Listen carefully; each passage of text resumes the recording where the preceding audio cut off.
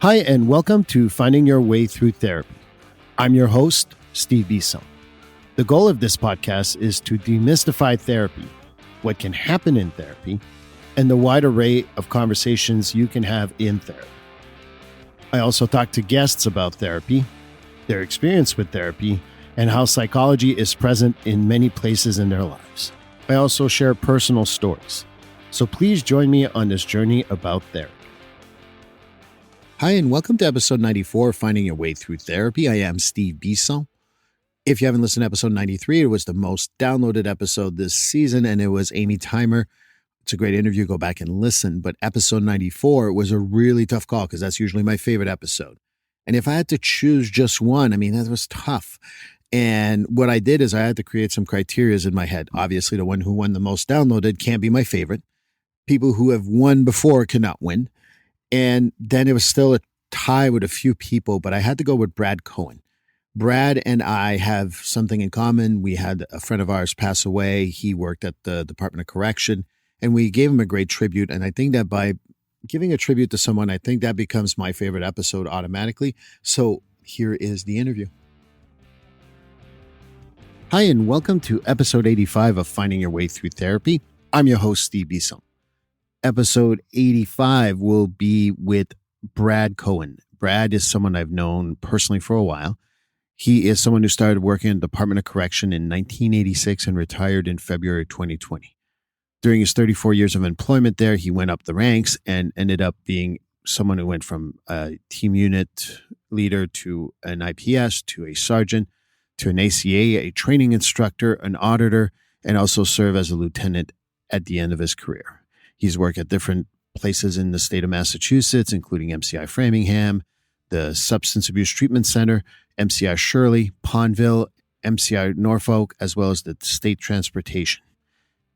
Brad wanted to talk a little bit about the correctional staff and what they go through. And it's something that's dear to my heart for several reasons. Most importantly, I worked in that field for several years, and also hopefully we'll talk about a couple of personal connections that both me and Brad have with the Department of Correction in particular. So here is the interview. Hi, and welcome to episode 85 of Finding Your Way Through Therapy. It's also episode 21 on YouTube, so please check out the YouTube if you're on the podcast. And if you're on the podcast, go check YouTube out. But today I want to start off by dedicating this to a good man, a good friend, who unfortunately passed away this year. It will be last year when this comes out. Robert Sweeney was a good man that worked in correction, and he was always helping out other people, always trying to reach out to other people. And ultimately, not only for the Department of Correction, he was a veteran. He did wonderful work for veterans. He did so many great things for people who had passed away at DOC, including a nice garden. So I want to dedicate this to someone that we both know. And I want to say that it's going to be, for me, that's an emotional thing. I really like Bob a lot, and I know that Brad did too.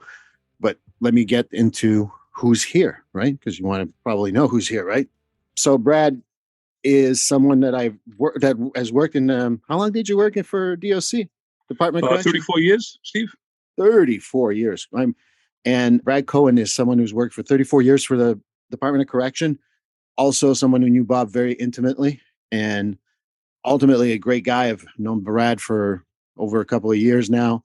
And Brad's another guy that would give the shirt off his back if you needed it. So Brad, welcome to Finding Your Way Through Therapy. And maybe you can start off quickly. I'm going to let you go right away and talk maybe about Bob and what your memories are of Bob, because we both miss him. Yeah, happy to be here, Steve. And I'll tell you, Bobby was a great guy. I got to work for him, not work with him, I should say, at Framingham. And we never really lost contact. He was one of those guys. He was a guy's guy, a Marine, proud of the Marine Corps.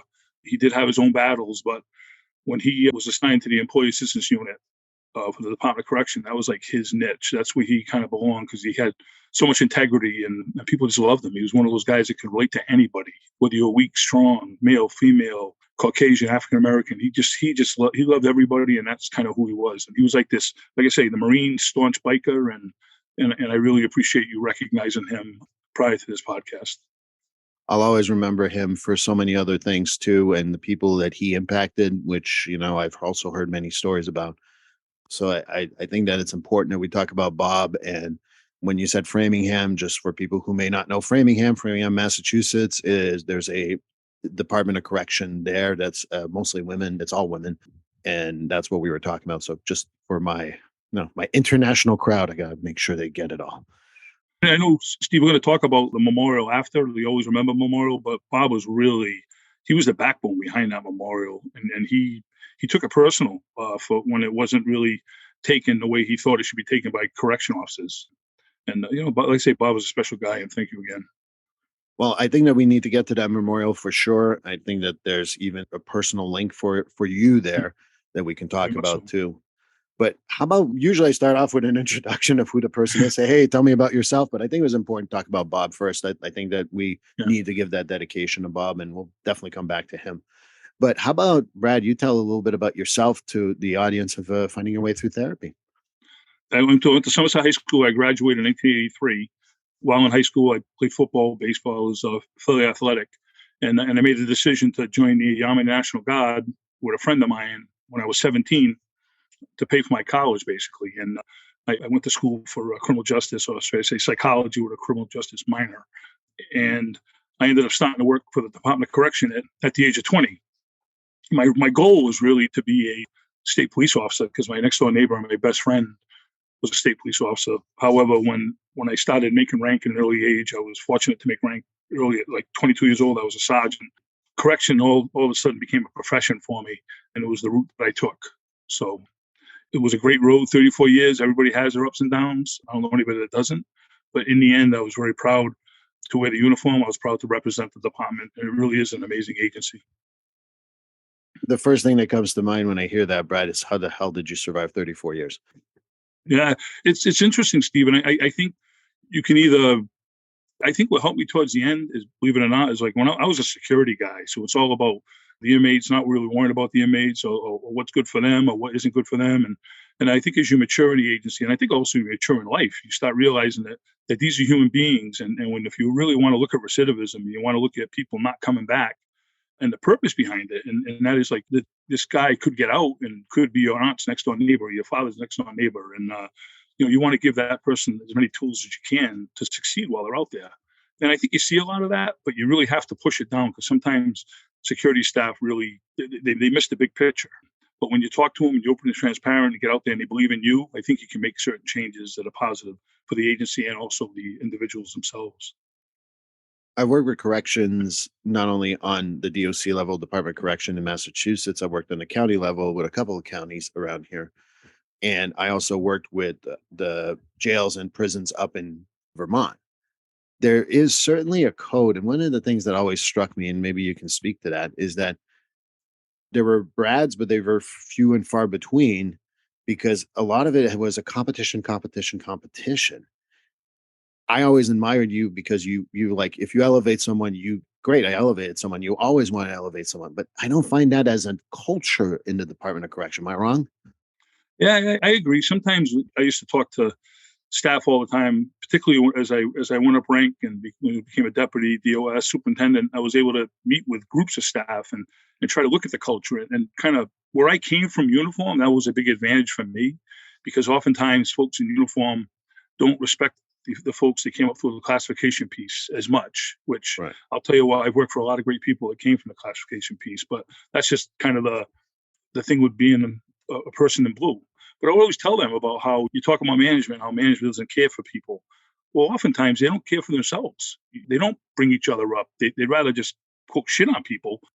But that ends up being a culture, and it's not everywhere. It's at different ways, at different institutions. Again, working at so many institutions like I did, you see the different things. But you always try to make things positive. I tried to make a negative environment as positive as I could, which wasn't always easy. And I don't think we have enough time in a podcast to go over all the things I think that could have been improved. But yeah, I just think that trying to take a negative environment and turn it as positive as we can, I think would be the best goal. And that actually creates a safer environment for staff as well as the inmates. Well, I think that if you want to think about it, we don't have to do just one podcast. I run this show. So maybe one day we can talk about that, because that would be helpful. My friend. Yeah. Because as much as I had I was mental health, I was not a Department of Corrections staff. I was never a Worcester County or Middlesex County. I was never their staff. I was a mental health guy who was contracted.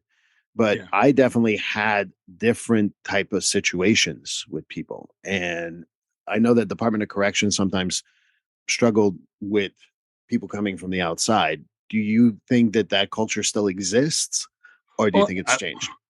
absolutely. So I think the problem with the culture is, I think in society, we've looked at the mental health downfall so much greater, like closing all those mental health facilities years back. They're like, oh, we should have never closed them. And now, when I first started, mental health was part of the Department of Correction. They fell under medical, but they didn't have the voice that they have today. So I know the mental health directors in every meeting in the morning. We talk about every case in the morning. We talk about every inmate in the morning. Not every inmate, but every inmate that's on a watch in the morning. But I Can you still tell think that people what because a watch is before we go on? Because oh, people well, might my not know. apologies. So you have a 15-minute watch with a close watch, and you have an eyeball watch or a one-on-one watch, which is a constant watch. And those are the folks that are having trouble dealing with either society, life. No, I shouldn't say society because they're in prison, but life or personal issues that they're dealing with, which is way above my pay grade. However, especially as a superintendent, I'm supporting the mental health staff with, we want to get the inmate off the watch as soon as we can because it is creating overtime, it's creating issues. But more importantly, we've got to do it for the individual themselves. And sometimes I think that's the piece that's missing. I think sometimes we look at, so for instance, mental health can even make decisions on sanctions for disciplinary action. So if the disciplinary board says that the inmate should have 10 days isolation, which means they're in their cell without their TV, mental health can turn around and say, well, that's really not good for his mental health. And I don't think we should change. We should change the isolation to maybe room detention. Well, that doesn't really go over very positive with the uniform staff, especially folks if this inmate threatened somebody or did something very inappropriate.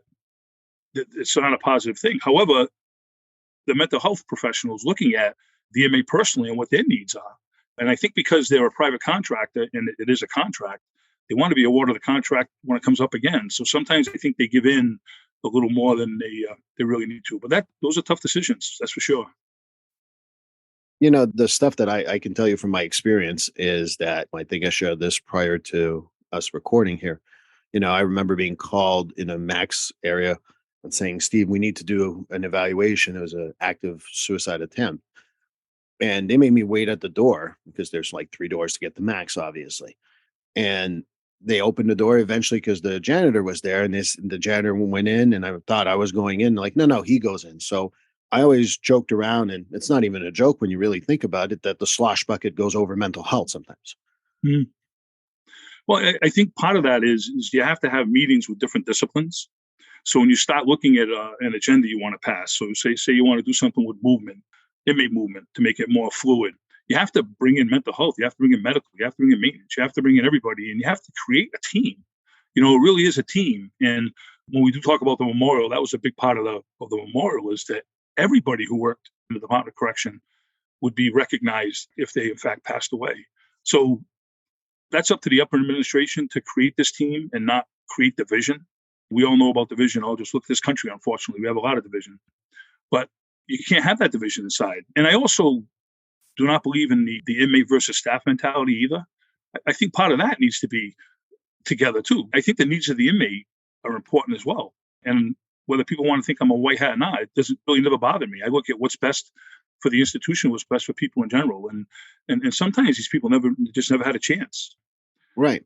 And I think that that's a little bit of what we want to talk about too in general, is that we want to know what these men and women face regularly when they're in the jail, and that the public might not know. And one of the things that I always found interesting is I tell people like I would go into XYZ jail, we'll say in Bridgewater, Massachusetts. I'd go into Bridgewater, Massachusetts. When I went into the jail, it might as well have been Zimbabwe or China, or it was a complete different culture. And you needed to adapt as a mental health guy, but also the culture of the OC and the culture of the county jails. What else should the public know in regards to the men and women who work in those type of environments? So I'll say this, it's interesting. I was talking with a friend of mine just yesterday about how cold it's been.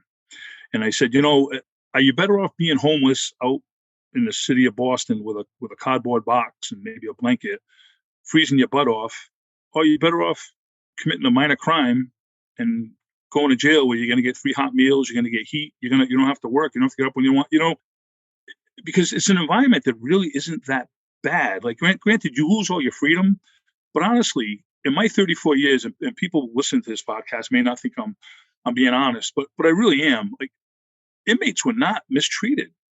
They really weren't. I did not see a cultural, systemic issue of inmates being mistreated.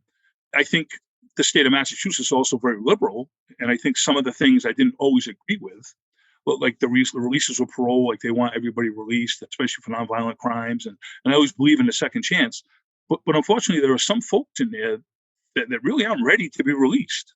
They're not ready to be released. But if they take advantage of the opportunities to go through anger management and certain trainings and possibly get involved in religion, which I think is important, then they can be a better product when they get to society. But sometimes they just want to get out, and then we see them back 3 months later. And never mind the addiction center. The addiction center was a totally different thing for me.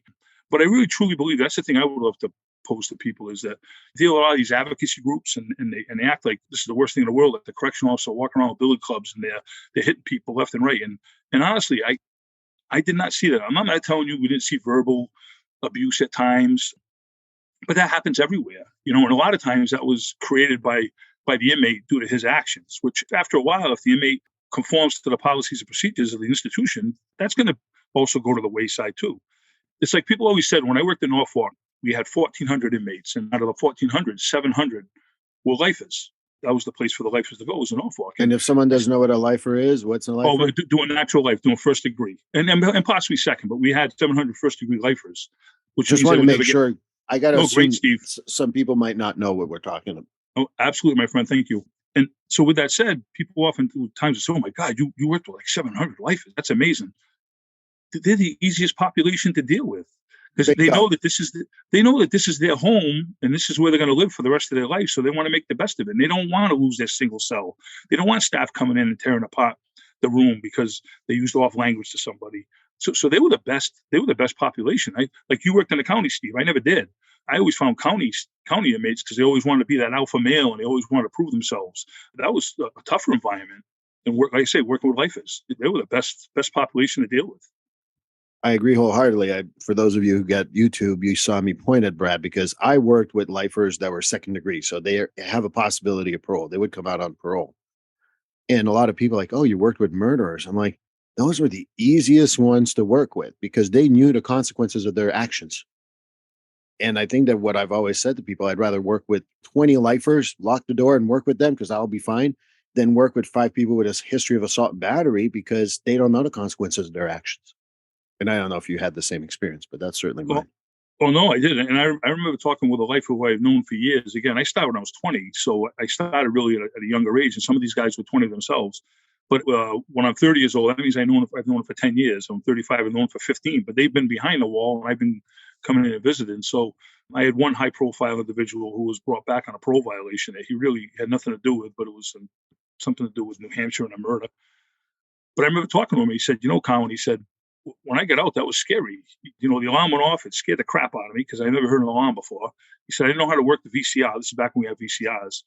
He said, and then I was always a runner. So I went down running. And he said, and the house that was there before wasn't there. It was a different color. There was another one that was built in its place.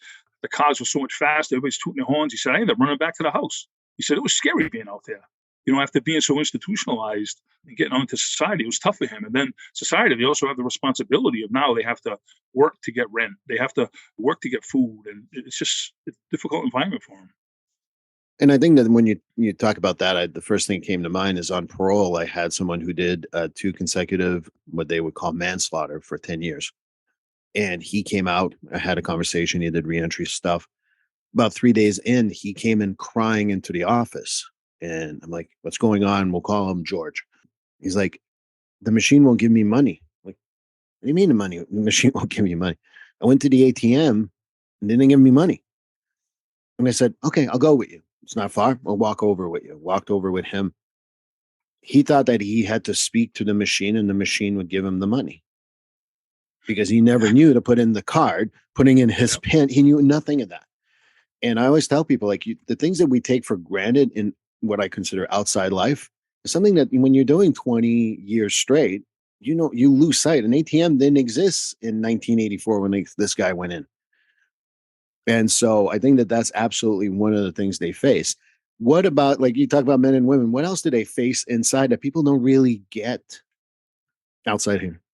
So a lot of things, like you think about it when you respond to an emergency, especially the yard, the chow hall, areas that are frequented by so many inmates or large groups of inmates, and you over the airways, there's a fight in the chow hall, and most of the time when it's called in, it's not called in like it's a fight in the chow hall. It's like there's a fight in the chow, like, and you can tell the excitement. So right away, your blood pressure's going up, and you're responding too. Fight or flight. We know about the old fight. So we respond, and then you get there and it's over with. There's nothing. Inmate's walking out, he's cuffed. And second one walks out, he's cuffed. Steve, what do you do with all that adrenaline? You have all this adrenaline built up, and what do you do with it? What do you do when you walk to a cell and the cell is just full of blood because the inmate was involved in self-injurious behavior? And what they would tend to do is mix the blood with water, which made it a larger volume of blood, but still the whole cell would be full of blood. Or they write on the wall, Satan lives here, and take feces and write in feces on the wall. Those are things that people just they don't see, that just scars that live with you for the rest of your life.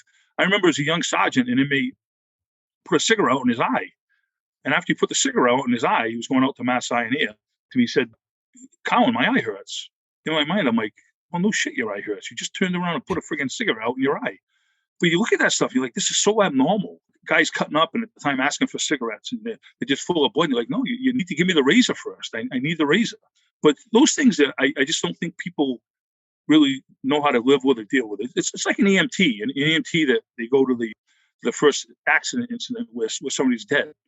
Just dealing with somebody that's dead in a dead body is not normal. It's just not normal if they're gray in color, or say it's been a hanging, Steve. And people don't realize that when you hang, your neck stretches. So if the inmate's been there for 3 or 4, for a little while, say it could even be an hour and a half, hour, 2 hours. I don't know the exact time frame, but the vertebrae could be stretched, 8 different vertebrae, and it's just an abnormal scene. Right. And then you go to the officer and you tell the officer, do you need a break? What's the officer going to tell you? No, I don't need a break. I don't need a break. You know why? Because I'm Teflon. Nothing bothers me. And if I do need a break, then that means that I'm powder, or I'm a doughboy, and I'm weak. Right? So and those are the tough things that people don't deal with, is the machoism of the job. And I remember like people going out by ambulance. Sometimes they're stressed, blood pressures go high, they have an asthma attack, and we got to take them out by ambulance. And officers do not want to go out by ambulance. The last thing you want to do is go out by ambulance, especially if you're cotted in front of all kinds of inmates, which you would always avoid. Take them out the back or lock everybody in. But still, it's the machoism of the job I think people don't realize happens. It's like we talk about police officers, and I was never a police officer. Can you imagine being in a cruiser and you have somebody in a high-speed pursuit and he almost hits the woman pushing the carriage out across the street, and then almost hits the baby that the woman's walking with? What does that officer feel when they get out of the car? They get all this adrenaline, and but yet you're supposed to act appropriate. And what would society do? What would society do? What would the average person do when somebody spits at you in the face? Right. What's the average thing? You want to punch him right in the mouth. But if you punch him in the mouth, guess what? You're in trouble. And I'm not saying the punch in the mouth is always the right answer. All I'm saying is, what would Joe's society want to do? And I'm not saying those actions happen all the time, but to tell you they do happen. And sometimes it's unwarranted. So those are the things I think that's the biggest thing, is the trauma of dealing with inmate violence. How many people have even seen a seizure? Anybody that's seen a seizure before knows, like, they're violent. These grand mal seizures are violent. Yeah. If you've never seen one before, it's tough. And you got to kind of hold the guy down and hope that the other arm isn't hitting you in the face, because the person on the other side can't hold him down. When you're a new officer dealing with the games that inmates play, because they're always going to play it, and you really realize the game as you become a seasoned officer, because you see the inmates playing it, and you go up to them and say, "Come on, what's your problem? Stop, relax." But until you become really, unfortunately, a part of that environment, when you're accepted in that environment, there's a lot of work to do. I think it also desensitizes us in general. I mean, again, as a civilian mental health guy, I've had urine thrown at me, I've had feces thrown at me, spit, the whole 9 yards. But I think that what we're talking about here is a little bit of what I think you also wanted to address, which is institutional trauma. Because for me, and I'm just like, my time inside was only a few years. But I've worked with enough correctional staff to know that there is a thought process that you can't just take. Like, all right, my shift's done at 4. I'm good. I'm going to go home and I'm going to live the civilian life and I'm going to be good. Part of that institutional trauma, in my opinion. Is there Mhm. other stuff that, as institutional trauma goes, that you find is important for people to know? Just let's say just dealing with a negative environment, dealing with folks that, like for instance, a lot of people have trouble dealing with sex crimes. And when you do have to read a case, and the case is so heinous, but yet you really can't take it out on the individual that committed the crime. You really have to treat that person like they're a human being. And those are tough things to get past. They really are. It's tough when you deal with a high profile inmate that shot and killed 14 people. It even took money away from a retiree woman who's worked her whole life to build this nest egg. And then somebody with white collar crime decides they want to just take it from her. Those are things too. Like police officers say, I deal with the individual once, you deal with the individual every day. And you deal with them. So it's almost like mind war. It's a psychological thing. The thing that always helped me is people say, oh my God, you're 6'3", you're 280. And I used to be really into lifting weights and strong. But the physical piece is important as the mental piece. Like you have to know how to talk to people. My quick wit helped me a lot. And then after a while, I think my compassion and caring helped me. And when I got towards the end and I worked at Norfolk, the staff would say, it's great you're out here talking to us and we appreciate it. If we feel like we're important, which they were. I would always remind them, I'm also going to talk to the inmate population too. And when I talk to them and there's something that they need, not something more than the policy dictates, but something that they're required to have, my job is to make sure that they have it. Right. And I think that the thing that I've seen, even in my short time working with the departments of corrections that I've worked with, is that there's a lot more talk with de-escalation and Yeah. using words. Again, I forgot to say, I worked long enough. I've never seen a baton come out. I've never seen an inmate get hit by a correctional officer. And even the people I've seen here in counseling and all that, I've never heard of anyone doing that. Well, sometimes, Steve, like that's a supervision thing too. And I'll give you a good example of that. We had an issue where an inmate was being very mouthy and threatening towards a female staff member. And whether the female staff member started it or didn't start it, the inmate's saying that she started it, and she's saying, I just didn't want to, wherever he was playing games. But make a long story short, when we took him out of the cell, the direction to her was, do not be around anywhere. And I remember she was mad at me because I asked her to leave. And I wasn't blaming her for anything. All I was saying was, what's the risk versus reward? Right? There's a lot more risk than there is reward. If I get you out of here, then I'm not going to have to worry about him spitting at you. I'm not have to worry about using force. I'm not going to have to. So I omitted that. And that's part of de-escalation. It's not giving in. It's just using a little bit of common sense. Another big piece, and I'd be remiss if I didn't talk about it, is some of the uniform staff deal with a lot of poor decisions by management or people that work for them or that they work for. For instance, somebody's never late for work and all of a sudden they're late 5 or 6 times.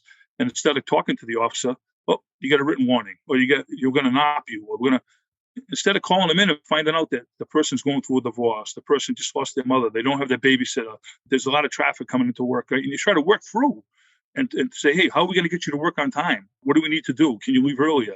Or just even be open to it. It's only going to last for like 3 months. So we don't have to worry about this for 3 months. And that's how you take care of staff. And I think that goes a little bit about, we talked about institutional trauma. The other thing that I think happens a whole lot is the code of silence. Yeah. And I don't know if you want to talk more about that, but I'm going to. Yeah, there's actually some states that if you're found guilty of the code of silence, you can be terminated. The code of silence is real. And it's a hard thing for me to talk about only because sometimes you have to really stick with each other and you have to support each other. Not just to have a safe environment, but just to have a working environment with people. However, when you deal with a case like you did with the police officer in Minnesota, and he's holding down on a guy, and they call that positional asphyxiation, which a lot of people don't even really know about, because when you put downward pressure on an individual, they want to fight even more. Well, the other people have to come back and say, hey, like step off him, get off him. It's like when I would teach use of force training to supervisory staff, I would always tell the supervisory staff, you really can't stop an officer from hitting an inmate once. You really can't, because you don't know that they're going to do it. But you can stop the officer from reloading and hitting the inmate again, right? So if the officer's not doing what they should be doing, or it's inappropriate what they should be doing, then pull the officer away. And then, hey, let's talk about this. Let's see why you did that.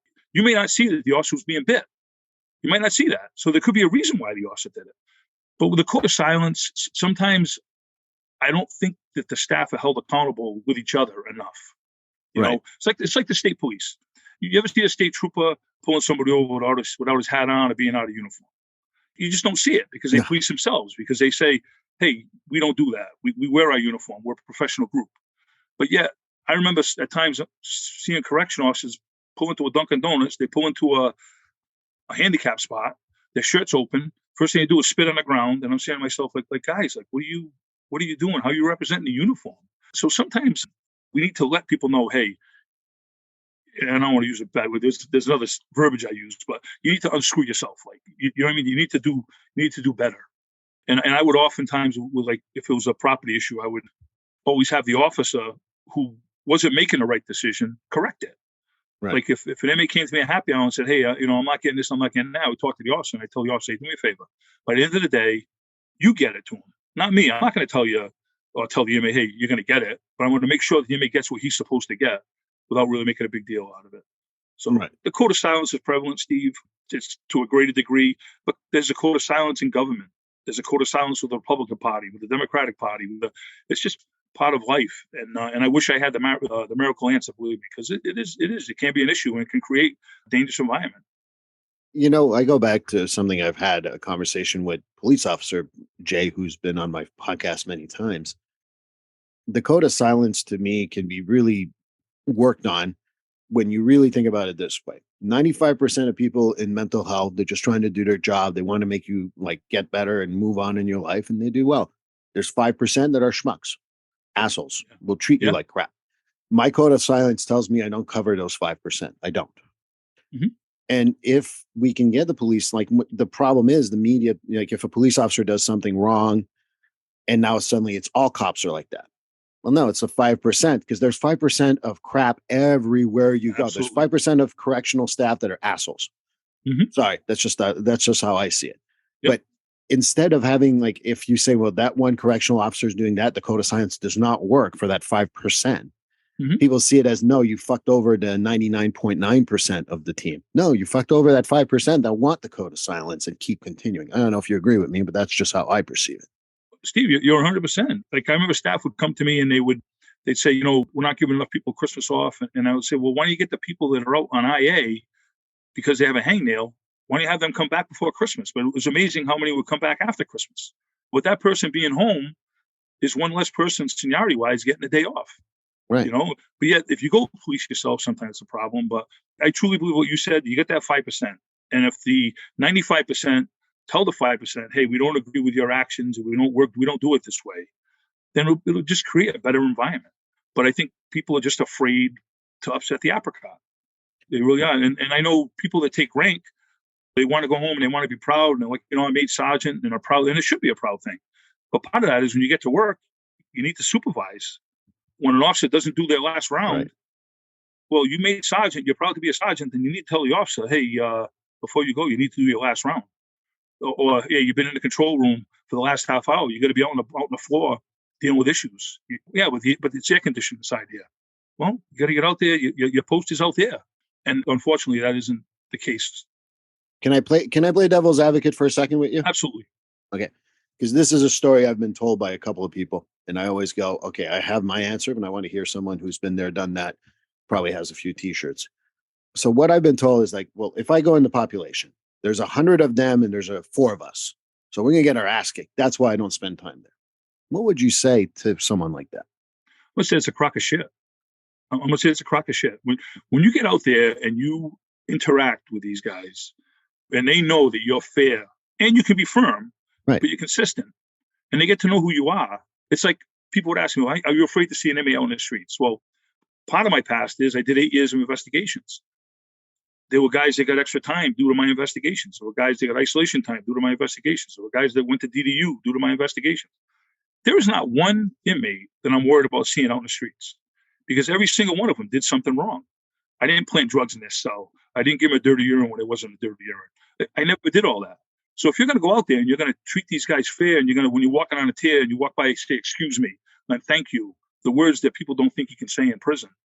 Well, that makes it better for you. Like, I was never once afraid of 100 inmates. Now, When I'm 20 years old and I'm working in a prison, quite frankly, my balls are bigger than my brains, right? True story. It's not different. I'm 20 years old. I It's like, get it. I'm just out of boot camp. You know what I mean? It's like, I'm the king of the world. Nobody's going to knock me down. But then eventually your brains catch up with you. But when you don't mistreat people and you treat people fairly, and you see it, you hit it on the head, Steve. There's 5% of knuckleheads. There really are. There's 5% of knuckleheads that are allowed to be knuckleheads. Right. You know, because the other 95% laugh at them. Because usually it's that 5% that when the shit hits the fan, they're running the other way versus going towards the issue you have. But yeah, that's an interesting dynamic. Well, that's how I perceive it anyway. I think that if we just accepted the fact that 5% of every profession that you can think of, there's assholes. Yeah. And then 95% of them are trying to do their job and just go home at night, we would have a different perception. And I think that that's what I would say about my experience in corrections, because for that slosh bucket comment that I made before, I also had a lot of like COs that would come to me. And by the way, just for the record, since I have this space, they're not guards, they're correctional officers, for the record. And that's what a CO is. Mm-hmm. I remember some of the guys would come over like, hey, that guy seems a little off. What do you think I can do? Or what would you do? Want me to go? Can I watch you? Or what? A lot of guys were willing to do that. And there was a 5% that like, F you, your mental health. And I think that that's part of it too. And I'm going to make a quick transition from that as to talk about the mental health of the correctional officers. I'm not talking about the 5%. I'm talking about the 100%. Mm-hmm. And I think that one of the things that you wanted to talk about a little bit is like, how do we address the mental health issues? Because that is a big, what's the right word? Stigma. Because I remember getting a phone call from Bob Sweeney that we mentioned earlier. Mm-hmm. Bob would call me and say, we'll invent there's a CO, John Doe at Swansea. There's no jail in Swansea, Massachusetts. Yep. That's why I'm using that name. He's going into a program. He needs an outpatient. Can I really connect him with you right away? So when he leaves, he has you. And I remember that was like one of the most brilliant things. Bob did a lot of brilliant things, but that was one of the most brilliant things, because then that person would talk to me and go, oh, I can talk to you when I get out of, we have McLean Hospital here in Belmont, Massachusetts. And they would come and connect with me. I think that when we talk about mental health, there's like this perception that I'm going to sit here like a Freudian, or I'm going to be like, you're fucked up. Mm-hmm. That's not how mental health works. But I think that that's the perception sometimes of correctional staff in general. Can you speak a little bit about how they perceive the mental health stuff now? Yeah, so I'll tell you, it kind of leads to what I said earlier, alludes to what I said earlier about it's a sign of weakness. We think with Teflon. And I dealt with heartaches in my life where I lost my best friend, I lost my father, I never went for help. I'm sure we'll talk about when I lost my daughter, I just had enough. And I was actually retired when Amber died. And that's when I called Denise and I said, Denise, anxiety is just going through my body. I can't deal with this. Like, I can't believe I can't deal with it. Because I was always that guy. I can deal with anything. There's nothing knocking me down. But I reached a point where I couldn't deal with it. And Denise had said, hey, Bob had met this guy. And I don't know if they ever heard of him, Steve Bassan. So Bob met this guy, and he's perfect for you, Brad. He's like a straight shooter. He's going to tell you how it is. He's not going to let you deal with any, like, bullshit him, And that's why me and you developed such a great relationship, and you helped me so much through the therapy. But there's a lot of people that really, they need it. I don't know many clinicians or many therapists that don't seek therapy. I think all you guys have your own therapist. Yeah, I think that I'm looking for the top therapist. I keep on going, my therapist is therapist. I want to get to the high, but that doesn't work. But yes, absolutely. And I think that's a good point. And that's the problem I'm going for. It's the macho thing, Steve. It really is. It's a sign of weakness. And it really isn't. It isn't a sign of weakness, Absolutely not. I think that what I've also I'm going to allude to this now, but I'd like to talk more about what happens with correctional staff who may see, you're the devil and they wrote it in your feces and they wrote it in blood. Mm-hmm. And this is not all, if it's triggering to people, I'm sorry, but that's just things that happen. And just really, I've seen it. I think that for me, when I think about mental health, there's a stigma, but it's also because not everyone has the cultural competency to work with someone with correctional staff. Mm-hmm.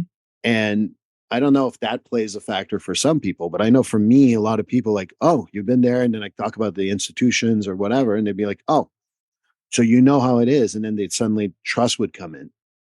Do you feel that maybe that's what we need to do, a little more cultural competency in order to get more therapists involved and have the correctional staff trust it more? I think for me, it was meeting the right therapist. And how do you match therapists? Are you better off going to a male going to a female therapist, a female going to a female therapist? Even that, you know, that even matters. If you're African American, you go like it's who you can relate to, I think, in your personality. And some people don't like to be told the real deal, and some people might think that your style is offensive, where I think it's the best freaking style in the world, right? So it's a matter of matching people and figuring out what's best for you. Like you may want that person that says, "Oh, it's going to be okay if you just go do this," versus, "Hey, put your big boy pants on, get your ass out of bed, and stop feeling bad for yourself." Right? Two different forms, correct? Right. So, but yet they both might work for different people. Like the other form might work for somebody else. That's how they can deal with things. And you know yourself, your plate's busy too, so you can't always take the time to get another good client or somebody that you can really help. And your experiences working in prison or working in a prison setting is beneficial to deal with a guy like me who's worked in a prison setting that has trauma that I don't even know I have. Right. Right. When they talk about PTSD, right, we'll never be recognized for having PTSD, but I have PTSD. Like I have to have my back to the wall when I go out to eat. I'm always looking at people's hands. I'm always looking at interactions. When I was helping my buddy at his bar in Fall River, I saw fights that were going to happen before they even happened, just because of my experience working inside. And you just start seeing this and seeing that, and you become part of that. But going back to your question with the therapy, it's just matching.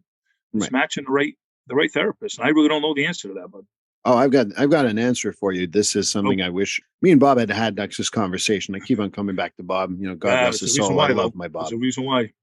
Bob would always say, like, if Steve doesn't work for you, I have 3 other people I can refer you to. And I always thought that was a brilliant way of saying, don't give up after one bad therapist. And I'm not saying I'm a bad therapist, but maybe they didn't like me. I'm not your cup of tea. I'm not everyone's cup of tea, and I'm fine with that. And I think that that's what Bob did that was very unique that I don't hear a whole lot. And I wonder if that would also help when your correctional staff may need a therapist. Like, well, Steve might not be your cup of tea, but Jane might be, or Courtney, or Stephanie, or what have you, or John, or Bill. I don't care. But ultimately, what I would say to you is that one of the ways to solve that is that stop thinking that you saw one mental health counselor. It didn't work out. All mental health counselors suck. No, it might be the 5% that sucks and the 95% that are good. Yeah. But Bob also had a unique way about him too that was believable, and he had the integrity, and he walked the walk, and he talked the talk. And Bob was one of those guys. He wasn't management. He was a CO. He was, like I say, a Marine Corps, believed in the Marine Corps. And biggest thing with Bob fought his own demons. Right. So Bob could relate. And when he talked to people just like, he was this bigger than life guy, just a bigger than life guy. Like we gave the best hugs, me and him, you know, because he's just a big bear, big teddy bear. You know, I think that this is a great place to transition because I think Bob is a big teddy bear. You are a big teddy bear, frankly. Thank you, buddy. At risk of breaking a wall here, I've hugged both of you and I'm fine with it. But I would like to hear more a little bit because you had a daughter, Amber, yes. who worked in a correctional setting. And I don't want to say the story. This is not my story to tell. I'd like you to tell a little bit of story of your daughter because I think that's an important one to talk about. Amber was a correctional program officer. She started working for Spectrum, doing reentry, and she really believed in the process and believed in helping other people. And Amber was an interesting soul because she grew up with people that were friends of mine that were now superintendents and deputy commissioners. But yet she didn't even want people to know who I was. She didn't want to know that her father was a superintendent. She was like really guarded with that. And her husband, who was a correction officer, who was also a Marine, was over in Iraq. There were incidents of domestic violence, but they weren't physical. It was always emotional and Amber was never put on a pedestal. She was never told how beautiful she is. She was never told how good she cooks. She just was put on a pedestal. And he was very much of an introvert and very socially awkward. And he was also very much narcissistic. But those were all things that as a parent, I could see, but how do you tell your daughter, hey, this guy isn't for you? And because what ends up happening is I lose my daughter and she just is going to follow the love anyway, you know, and she truly did love him. Right. So she left him for 6 months and then they got back together for about a year and a half, 2 years, I would say. And then just things wouldn't change. And she left him again. And we weren't surprised or it wouldn't have been shocking to us if we knew that we found out that he committed suicide. And it wouldn't have shocked us to know that he committed suicide in front of Amber due to that narcissistic behavior of wanting to be in control. Like, hey, now you're going to live with this for the rest of your life. But he made a decision to take Amber's life and then take his life, which changed my life forever. And it impacted the department a lot because of who she was. And that's why I think I get the most emotional, is how much Amber, at such a young age, truly impacted people in such a positive way. Like, when we talk about being positive, every morning she worked at Palmville Correctional Center. She'd say, good morning. Good morning. How are you? How's your weekend? How's your mom doing? If the mother wasn't waiting for surgery or something, she like really got it. And nobody ever, because people ended up finding out who her dad was, and nobody ever held that against her because of who she was. So when passed away, and I don't know whether you want me to go into the memorial that was created or not yet. Look, Brad, this is your interview. You go wherever the hell you want. I hear you, brother. So what ended up happening, because of the love that they had for her at Palmville, and staff were really, they were crushed at Palmville, they were crushed at Old Colony. They locked down for a little while at both institutions.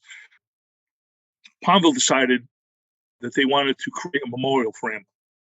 And when they wanted to create the memorial, they wanted myself and Lisa, Amber's mom, on the committee. And we also had Amber's best friend, and I think Amber's aunt was on the committee.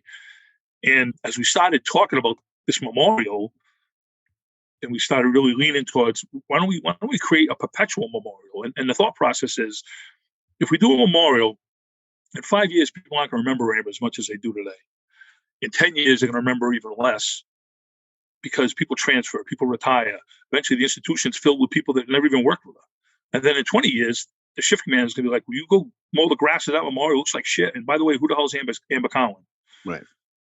So with the thought process of us losing the Department of Correction, we lose approximately 6 to 8 offices, maintenance, managers, chaplains, CPOs, whoever, clerical staff. We lose them every year. When you have 4,000 employees, that's what happens. You're going to lose people during the course of their duty. So what we decided was, hey, why don't we create a memorial for all Department of Correction staff that gives us a nice place for peace and healing that people can go. And the idea just blew up. It just really blew up. But we talked about Bob Sweeney. Now, Bob Sweeney took the bull by the horns and donated his own money, donated his time, and he made this his mission, that he wanted to do something for correctional staff. It wasn't just about Amber Nicole Cowen. It was about corrections. It was about people, like everybody that worked behind the wall. And to be honest with you, Bob had some pushback. He had some pushback because, one, I was a superintendent, so staff think automatically they don't know me. This is a management thing. It's an administrative thing. Right. And then inmates also had a lot to do with clearing the ground, like, because there's a path in the back called Amber's Way. And they were like, well, there's Bobos on the ground. We don't want to be part of this, which is really, really ignorant.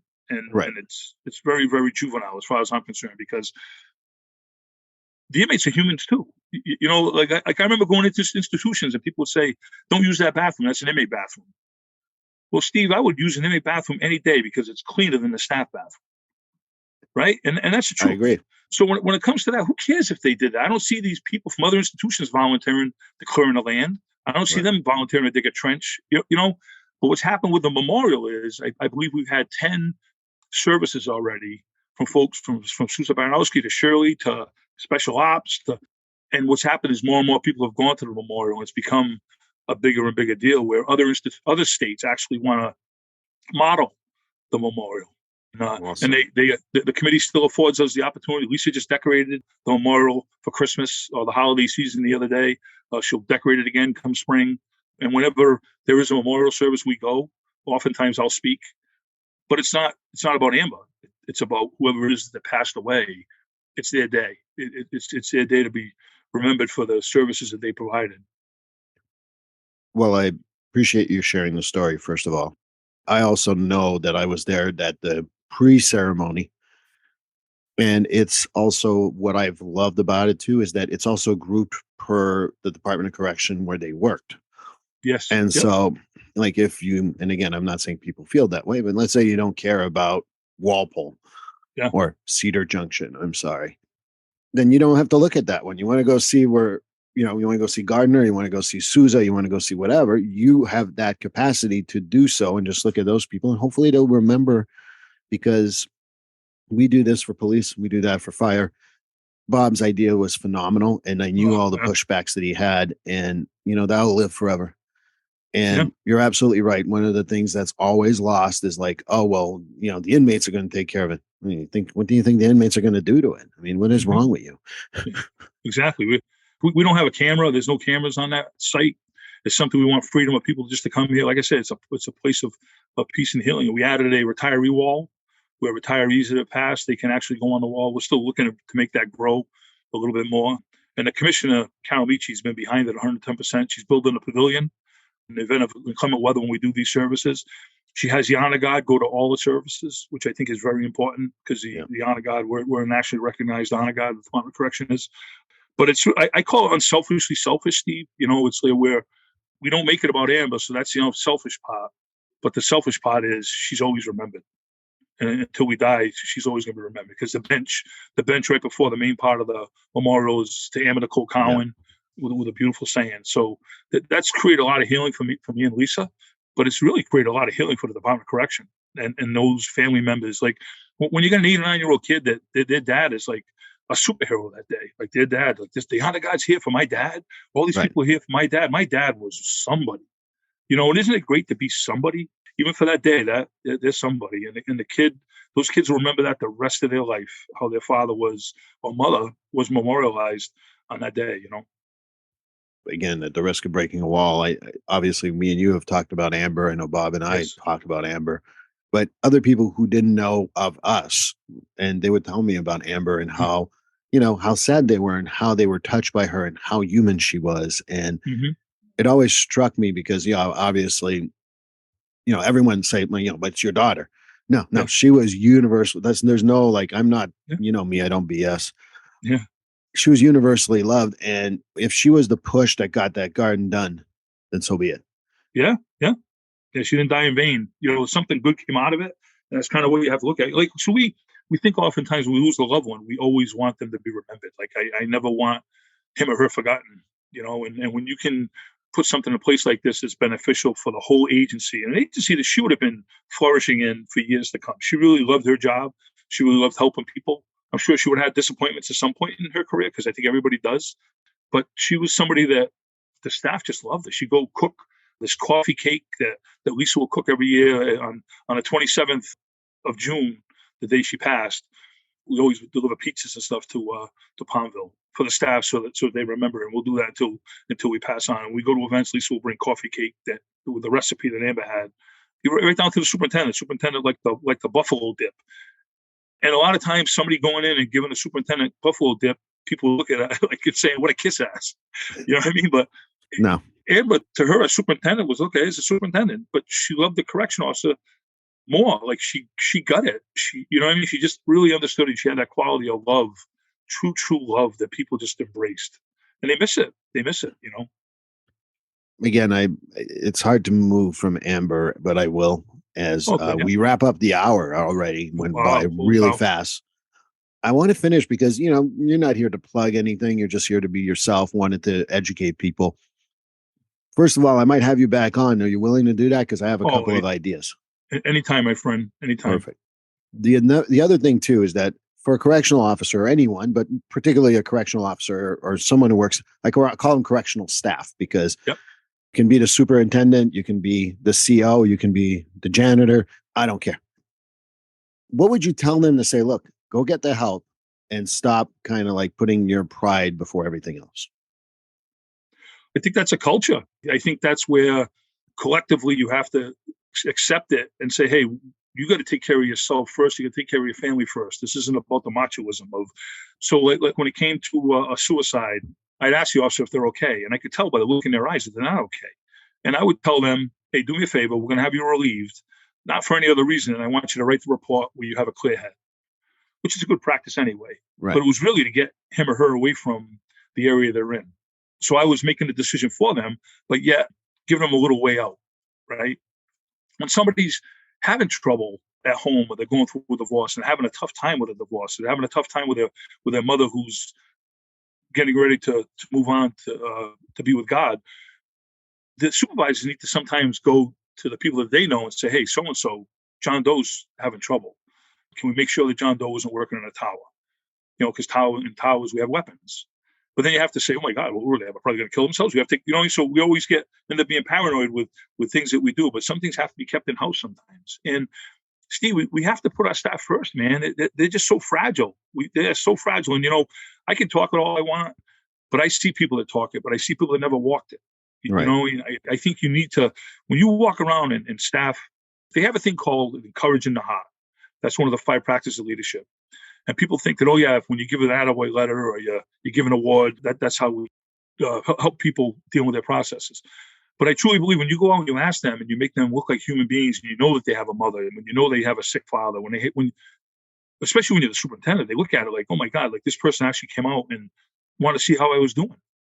And I think those are things that you really have to look at. It starts at the top, and then it starts with supervision. Like you always have that person that will make a collection for somebody because they're going through a problem and they want to make sure that they have gifts under the tree or wherever it may be. But you got to do that for everybody. You can't just do it for the person that's a favorable officer or so. Right.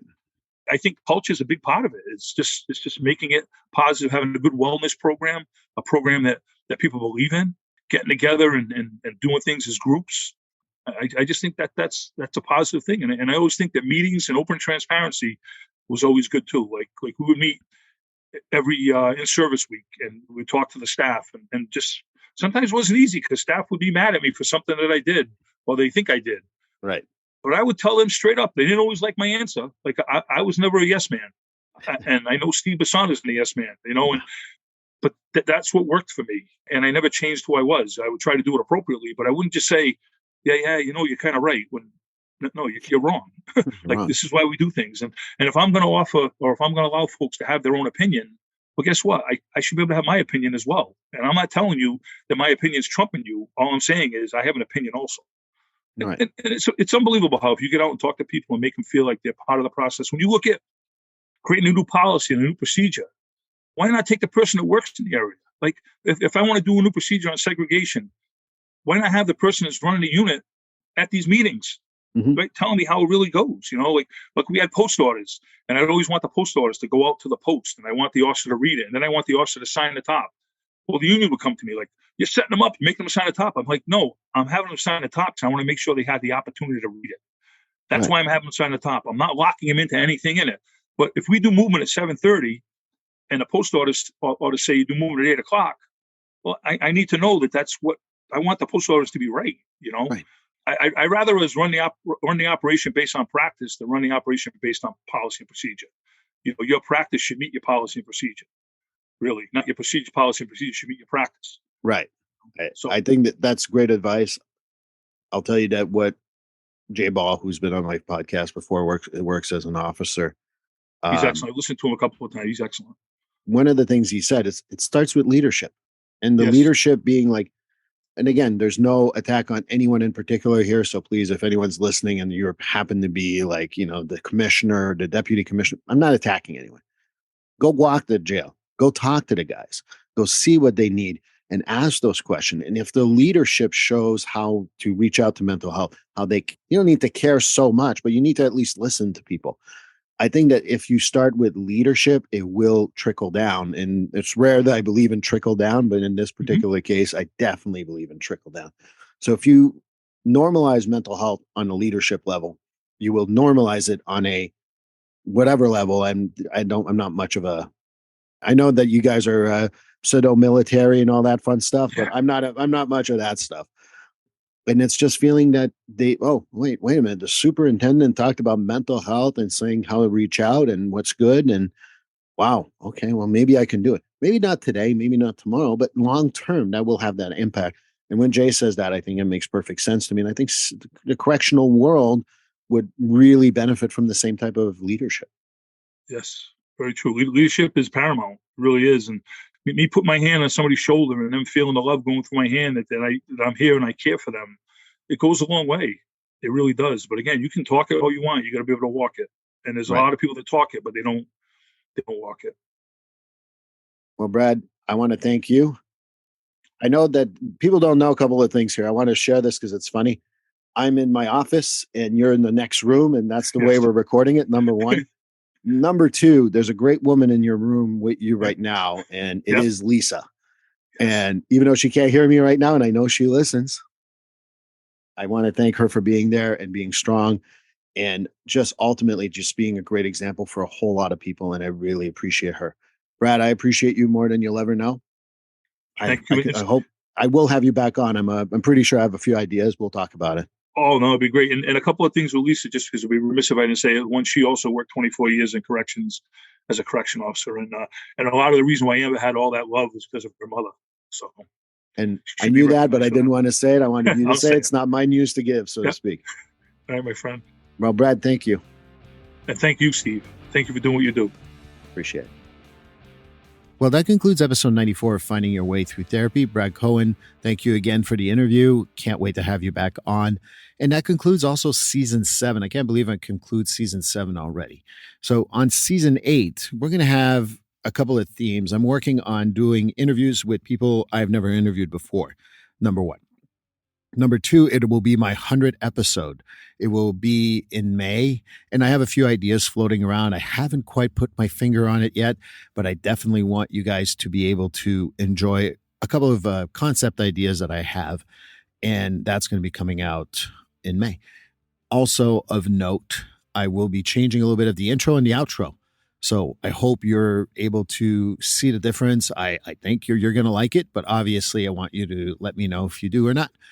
And finally, again, I never say thank you enough to a great woman that works with me, Laura, who is my editor, and she really gives me good feedback and gives me ideas, and I can't thank her enough. She does not like when I do this. I hope that she doesn't cut it out. But from the bottom of my heart, Laura, I couldn't do this without you. You make me sound professional. You make me sound great. And ultimately, your feedback has been a great guide for my work. So thank you, Laura. So I will see you guys for episode 95 and season 8 in the next episode. Please like, subscribe, or follow this podcast on your favorite platform. A glowing review is always helpful. And as a reminder, this podcast is for information, educational, and entertainment purposes. If you are struggling with a mental health or substance abuse issue, please reach out to a professional counselor or therapist for consultation.